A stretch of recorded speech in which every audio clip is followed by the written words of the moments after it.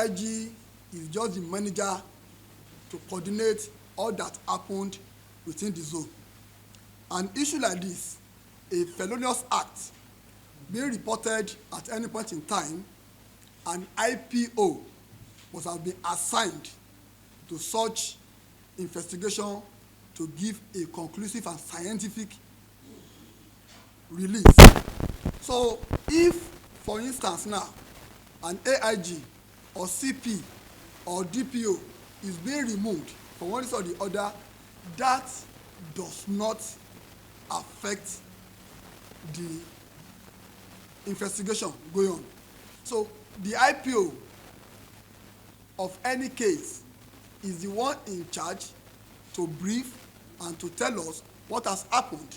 And I'm sure by the time we get to Zone 2, that file, that case file will not be on the table of AIG, but it has to be with an IPO. And all efforts since the death of the victim, there have not been any concerted effort by the police, either for fighting, either for inspection, either for questioning. Nothing has been happening, and we cannot wait for AIG, because we believe AIG has not given a proper directive. If he has done that, by now at least 2 or 3 people must have been in the cell, because we are talking of the king of the all right, which is right to life. And when a life is taken, every hands must be on deck, because your life, my life are not safe. So as of now, we believe Zone 2 has not taken appropriate steps, irrespective of who is leading the zone.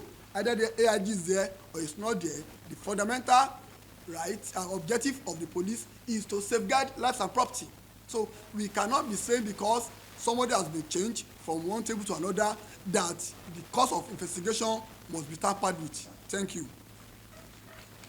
They are always ahead of everybody that matters.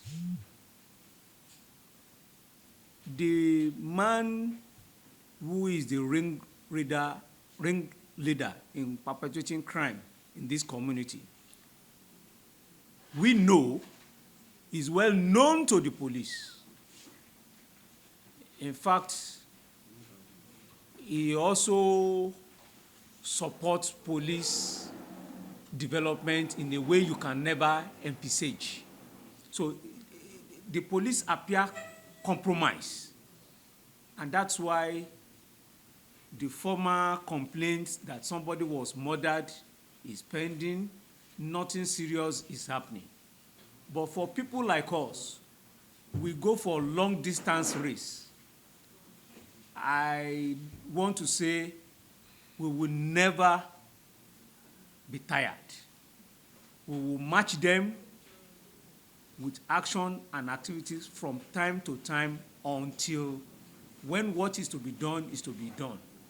And if youth media has been helping us, you can find out that the gap between justice administration in Nigeria and the ECOWAS court has been closed up. The ECOWAS court now is even awarding damages against the authorities in Nigeria for deliberate act of not doing what is supposed to be done. So this is just a process for us to continue the journey to ensure that a life lost has meaning to us, whether you are well connected or otherwise, whether you are promoting or supporting atrocities. Our own is to be consistent with what we believe in, and this is just a phase of what we believe in.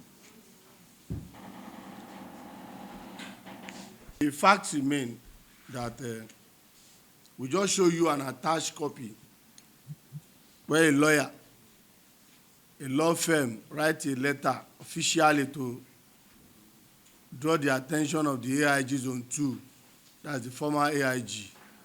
And like one of the leadership here have said, the issue of police is this issue is pure administrative. Irrespective of whoever that is being changed, the file cannot be changed. That's the difference between the police and the judiciary.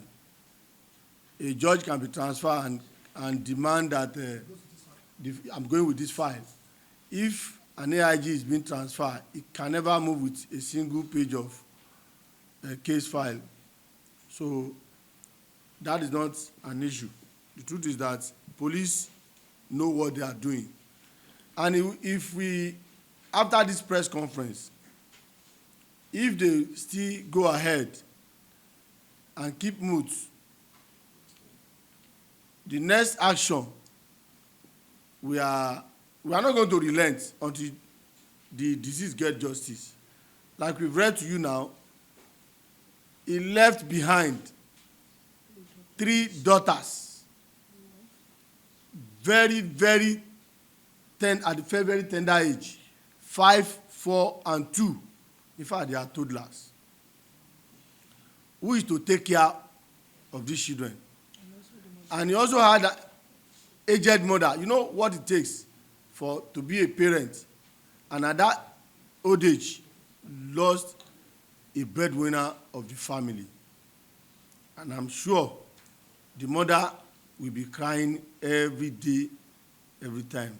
The only thing that can heal their wound is to ensure justice is done. Not only to be seen to be done, but to be served. And on the issue of after this press conference, yes, we have taken up this matter. We don't boast, but we assure the Nigerian police that we may end up being in court.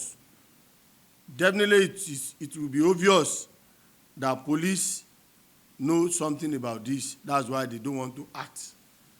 Maybe they felt if they act, it will affect some of the prominent people that they felt has been assisting the formation in that area. But we are not bothered.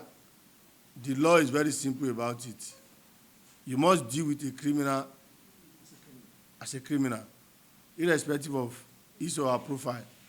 So if somebody has committed crime, he must be made to face the wrath of the law.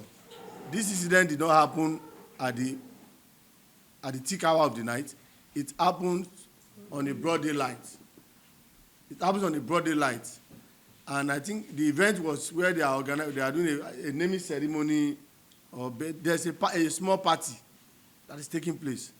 And the irony of it is that there's a police station very close to the scene of incident. Up to today, they have not done anything.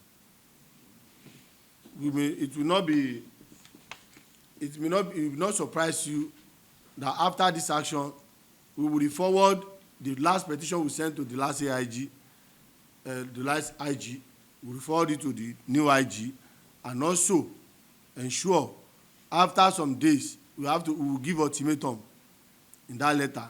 If they did not do anything, we will approach the court to file an order of mandamus to compel the Nigerian police to investigate the murder of Sheriff.